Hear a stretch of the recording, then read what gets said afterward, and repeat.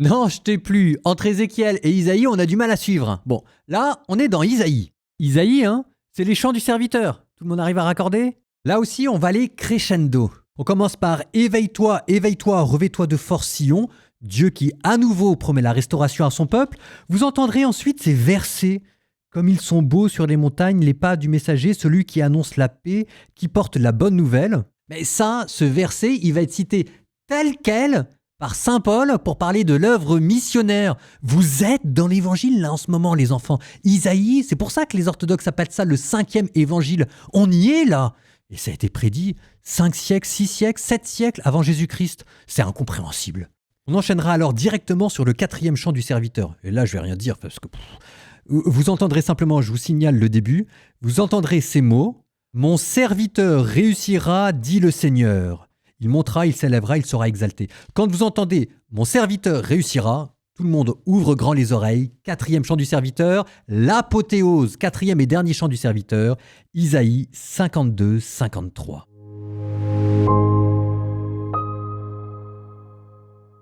Éveille-toi, revêt-toi de force, Sion, revêt tes habits de splendeur, Jérusalem, ville sainte.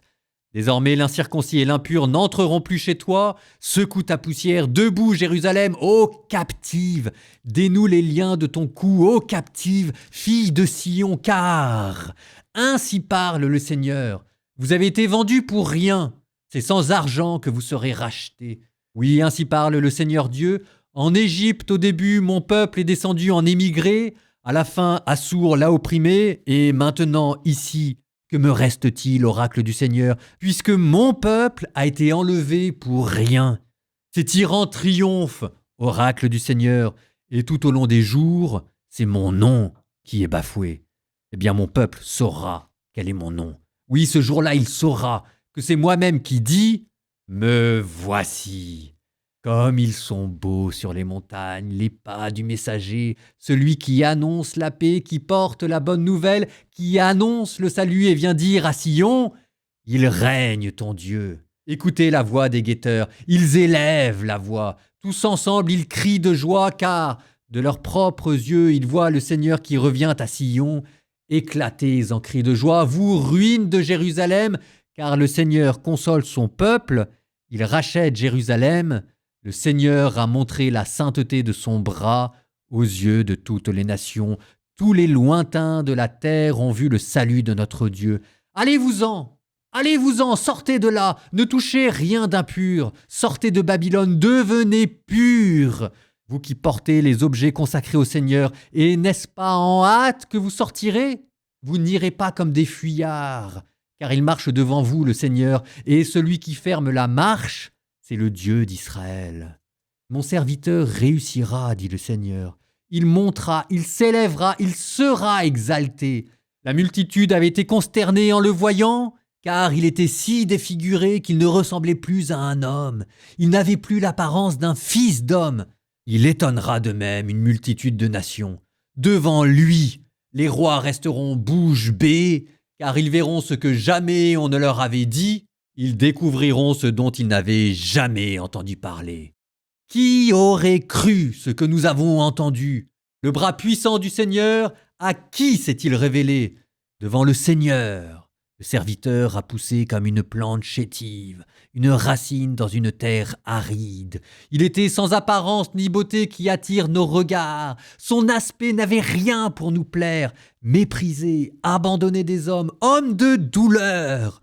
Familier de la souffrance, il était pareil à celui devant qui on se voile la face, et nous l'avons méprisé, compté pour rien. En fait, c'étaient nos souffrances qu'il portait, nos douleurs dont il était chargé, et nous pensions qu'il était frappé, meurtri par Dieu, humilié.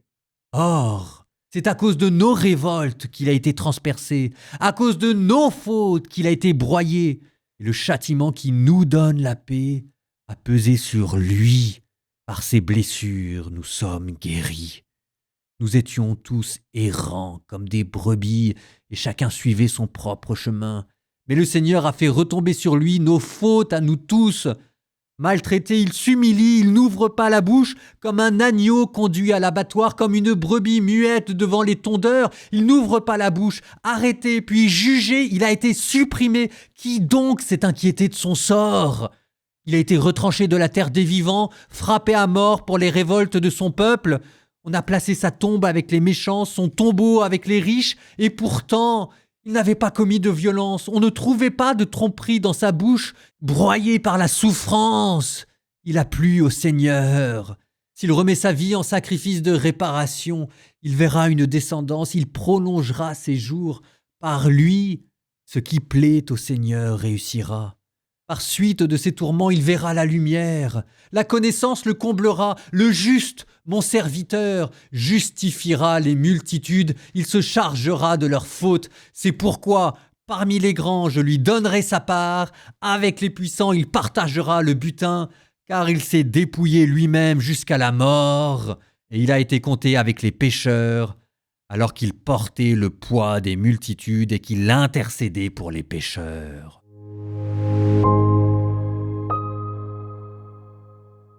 Étonnant, non, ce quatrième chant? On va reprendre ça, mais juste avant d'aller dans le détail, je ne sais pas si vous vous souvenez, mais au début du livre d'Isaïe, je vous avais dit qu'il y avait une théologie messianique qui était en train d'apparaître.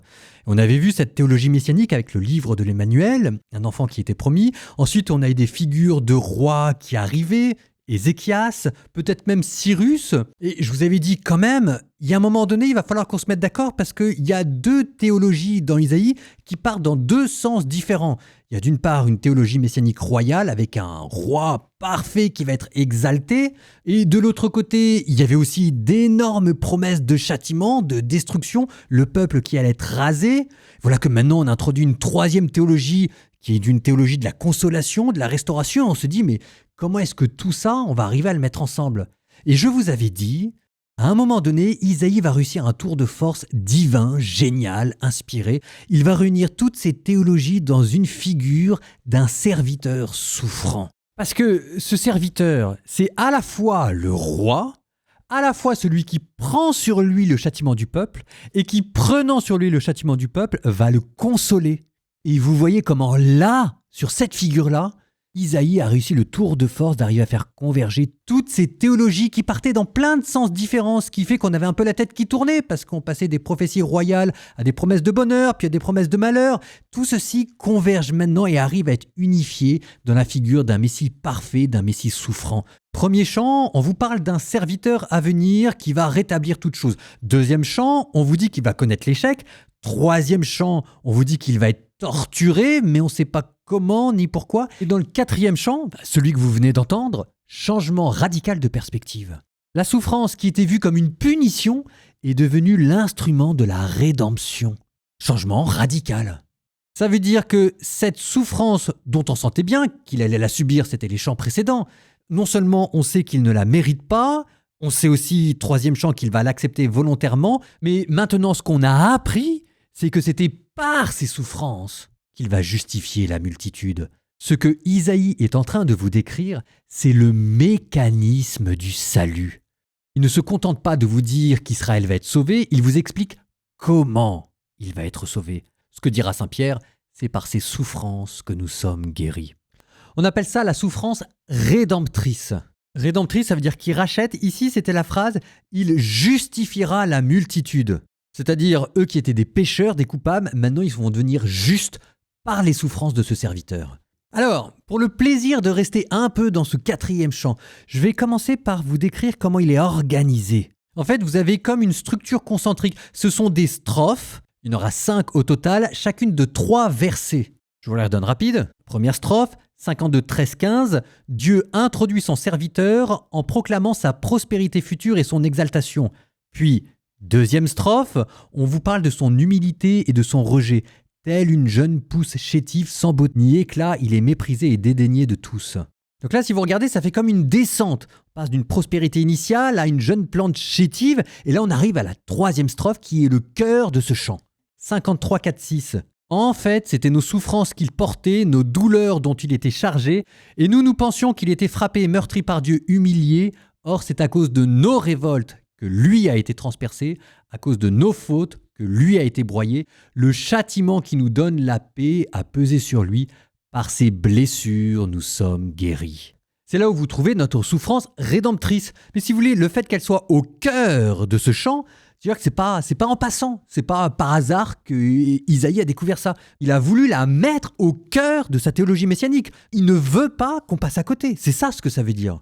Et puis après ce chœur, on va remonter après 2 autres strophes. Une première qui va commencer par décrire ses blessures. Maltraité, il reste silencieux comme un agneau qu'on mène à l'abattoir. Et on remonte encore pour dire comment est-ce que Dieu va le réhabiliter et l'exalter. 5e strophe. Il verra une postérité, il prolongera ses jours, il recevra sa part avec les grands. Donc, je vous redonne le mouvement général. D'abord, une descente aux enfers, le salut, la souffrance rédemptrice, et ensuite on remonte comme une réhabilitation, j'allais dire comme une résurrection. Alors, vu que c'est le cœur du poème, je reviens encore un petit peu sur cette souffrance rédemptrice. Vous avez ici l'idée d'une substitution, ce qu'on appelle d'une expiation vicariale, c'est-à-dire de souffrir à la place d'eux. Le serviteur juste qui souffre à la place du peuple fautif. Alors le poème ne va pas plus loin que ça. Isaïe est beau être génial, il y a quand même des limites à son génie. Donc on affirme que cette souffrance va être transformée en bien, mais on ne vous dit pas non plus comment ça va se faire. C'est affirmé comme un mystère divinement voulu. Il a plu au Seigneur de le briser par la souffrance. Ça fait partie du plan de Dieu. On va extrêmement loin dans le mécanisme du salut, mais il manque encore un petit truc. Et ça, c'est ce que Jésus donnera avec la notion de charité qui permet de comprendre pourquoi cette souffrance est rédemptrice. Il n'y a pas de plus grand amour que de donner sa vie pour ceux qu'on aime. En fait, c'est avec Jésus qu'on comprend que la souffrance est ce qui permet d'exprimer l'intensité de l'amour. En attendant cette souffrance, il y a encore un autre aspect qui est décrit dans Isaïe. Je ne voudrais pas non plus que vous passiez à côté. C'est que cette souffrance est présentée quasiment en termes sacrificiels, d'offrande de soi, quasiment comme une liturgie, une prière. C'était la phrase, comme un agneau qu'on amène à l'abattoir. Même plus précisément, un sacrifice d'expiation. C'était cette phrase, il a livré sa vie en sacrifice pour le péché. Et on vous dit aussi que ça va conférer une valeur d'intercession à ce juste souffrant. Il a porté les péchés de la multitude et il a intercédé pour les transgresseurs. Bon, écoutez, avec tout ça, moi, je vais pas faire de prière. Parce que la seule prière que vous pouvez faire après le commentaire que je viens de vous faire, c'est de reprendre ce texte et de le méditer dans le texte.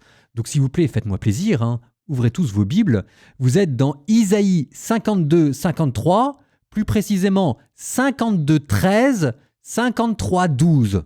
À vos Bibles et bonne prière.